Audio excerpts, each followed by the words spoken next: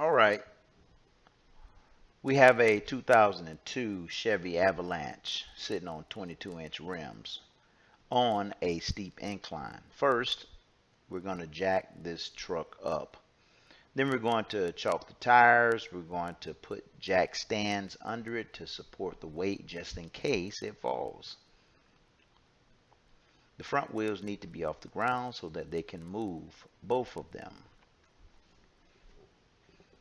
We're looking at a steering gearbox now. The steering gearbox is attached by 3 bolts. These 3 bolts are over to the left front driver's side. They are attached on the frame. Remove those 3 bolts so that the steering gear will move. The steering gearbox is attached to the Pitman arm. We are going to remove the Pitman arm today. This portion of the Pitman arm is attached to the relay rod. So I put a Pitman arm puller onto the relay rod. I turned the bolt, and with a lot of force, it did not come off.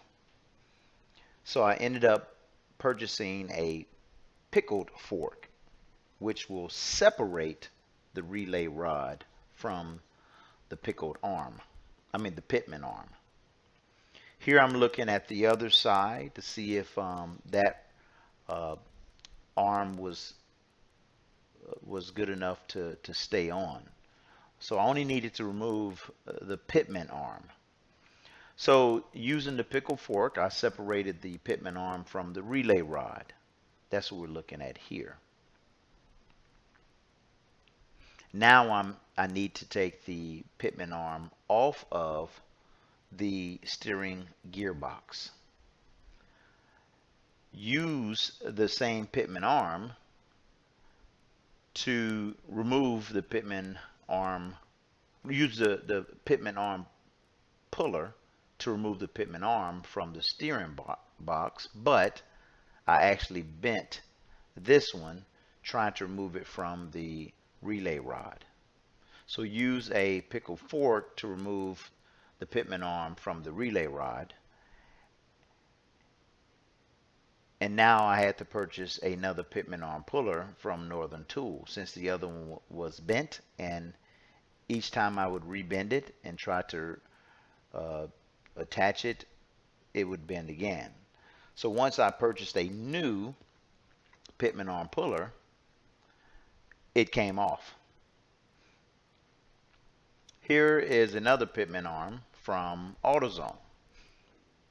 Line them up, make sure they're the same product or very similar. I installed the new one,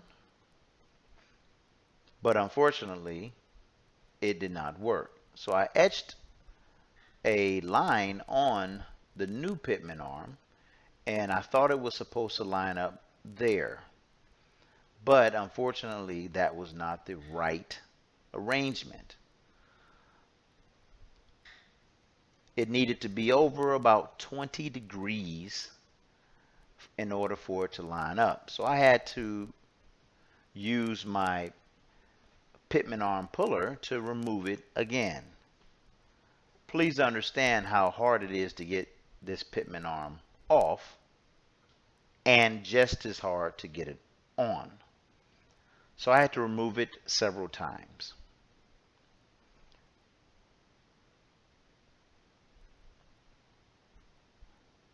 Now move it that 20 degrees and reinstall.